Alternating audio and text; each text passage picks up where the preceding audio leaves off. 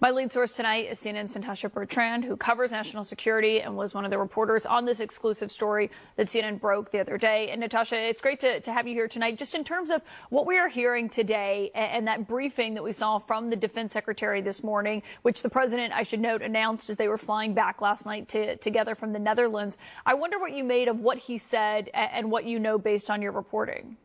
Well, look, Caitlin, I think that the big takeaway from this briefing was that the Secretary of Defense confirmed our reporting. He confirmed that there was this very preliminary DIA assessment that, in his words, and as we have confirmed, was low confidence in nature because it was produced very soon after these strikes took place. It was an initial look at just what kind of damage was done by these U.S. military strikes. And I think, the DIA assessment, according to our sources, it said that the strikes did not appear to have destroyed, at least at first glance, given all of the information that they had available to that time, at that time, the core components of Iran's nuclear program, and said that based on that, because it was unclear at that point just how much damage these bombs had done to the underground facilities where those core components are stored, including the enriched uranium, including the centrifuges, then it appeared at that time that the program had only been set back by a few months. Now, the briefing today did not do much to give us any new information that would dispute that, and that is largely because the intelligence community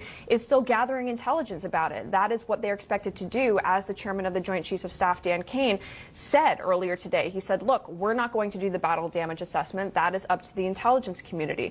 But he did lay out, as you said, a lot of interesting and really fascinating details about all of the decade-plus work that went into preparing for this kind of military operation, making sure the bombs hit their targets at exactly the right angle, the right speed, the right time. I mean, that is enormously difficult. And he did say that those bombs were believed to have gone down those ventilation shafts at Fordo nuclear facility, which is enormously important because, of course, if they go down those shafts, that indicates that there's going to be an explosion below ground, which is really key. But I think, one of the biggest questions also is what happened at the other facilities, because the U.S. military carried out strikes on Natanz nuclear facility, on Isfahan nuclear facility, and we don't know what the impact there was because the Secretary of Defense and the chairman really did not touch on that. So still a lot to be learned, I think, about this military operation, Caitlin. Yeah, Natasha Bertrand, great reporting. Thanks for joining us tonight. And as I mentioned, the other briefing that happened, not in front of the cameras today, happened behind closed doors, as all members of the Senate got what a lot of them had been